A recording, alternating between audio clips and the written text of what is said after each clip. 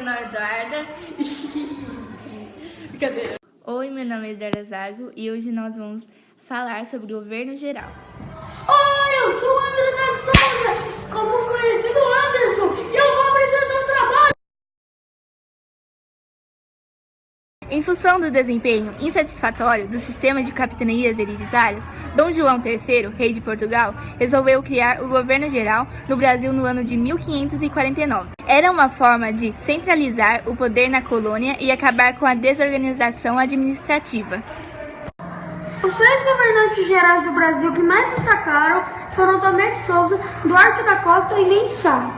Em vias gerais, o governador-geral deveria viabilizar a criação de novos engenhos, a integração dos indígenas com os centros de colonização, o combate do comércio ilegal, construir embarcações, defender os colonos e realizar a busca por metais preciosos. Mesmo que centralizadora, essa experiência não determinou que o governador cumprisse todas essas tarefas por si só. De tal modo, o governo geral trouxe a criação de novos cargos administrativos. O ouvidor-mor era o funcionário responsável pela resolução de todos os problemas da natureza judiciária e o cumprimento das leis vigentes. O provedor-mor estabelecia os seus trabalhos na organização dos gastos administrativos e na arrecadação dos impostos cobrados. O capitão-mor desenvolvia a ação militar de defesa que estava principalmente ligada ao combate dos invasores estrangeiros e ao ataque dos nativos. Alcaide-mor era aquele que administrava a cidade de Salvador, considerada a partir de então como capital do Brasil colônia. Os homens bons eram os vereadores daquela vila. Eles eram os donos de terras e possuíam bens, ou seja, eram homens ricos, e o governador-geral era o rei que comandava os donatários indígenas e os colonos a seguirem as leis. A monarquia francesa não aceitou a partilha do mundo promovida pelo Tratado de Tordesilhas entre portugueses e espanhóis. Por isso, desde o início do século XVI, os franceses exploravam o litoral da América Portuguesa, extraindo o pau-brasil, atividade para a qual contaram com o apoio de diversos povos indígenas. Durante o governo de Duarte da Costa, o segundo governador-geral, os franceses empreenderam a primeira tentativa de efetiva de colonização em terras americanas em 1555, a serviço de Henrique II. Nicolau Duarte fundou a França Antártica na região de Baía de Guanabara, no Rio de Janeiro. Ali os franceses construíram uma fortificação de madeira. Os colonos franceses eram principalmente protestantes, calvinistas, que fugiam da perseguição promovida pelos católicos na França. Para se estabelecerem na região, os franceses contaram com o apoio de grupos indígenas da Confederação dos Tamoios, hostis aos portugueses.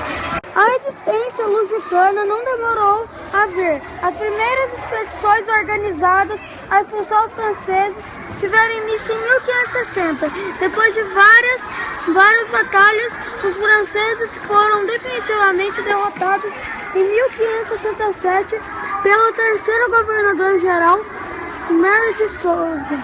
Em 1612, ocorreu nova tentativa francesa de apossar-se de terras americanas, a França Equinocial, ocupação do Maranhão com a fundação da cidade de São Luís, de onde os franceses foram expulsos em 1615. A União Ibérica foi quando o rei Dom Henrique morreu em 1580 e não havia nenhum herdeiro para substituí-lo.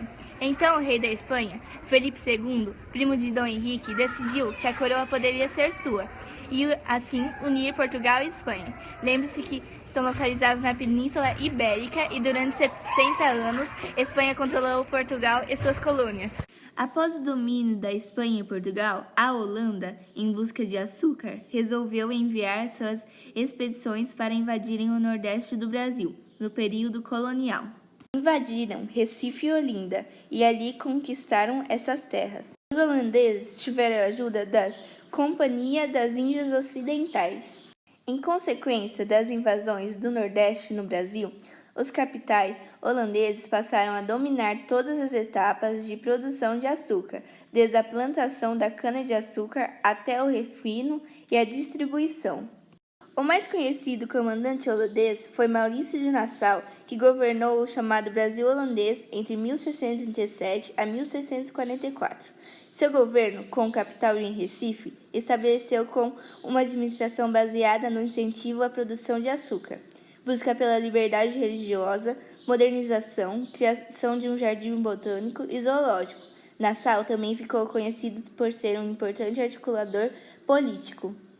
Os conflitos entre portugueses, holandeses e indígenas pela posse de território coloniais durou até 1654, quando os holandeses foram definitivamente expulsos. Então foram para o Caribe e lá levaram a técnica de açúcar.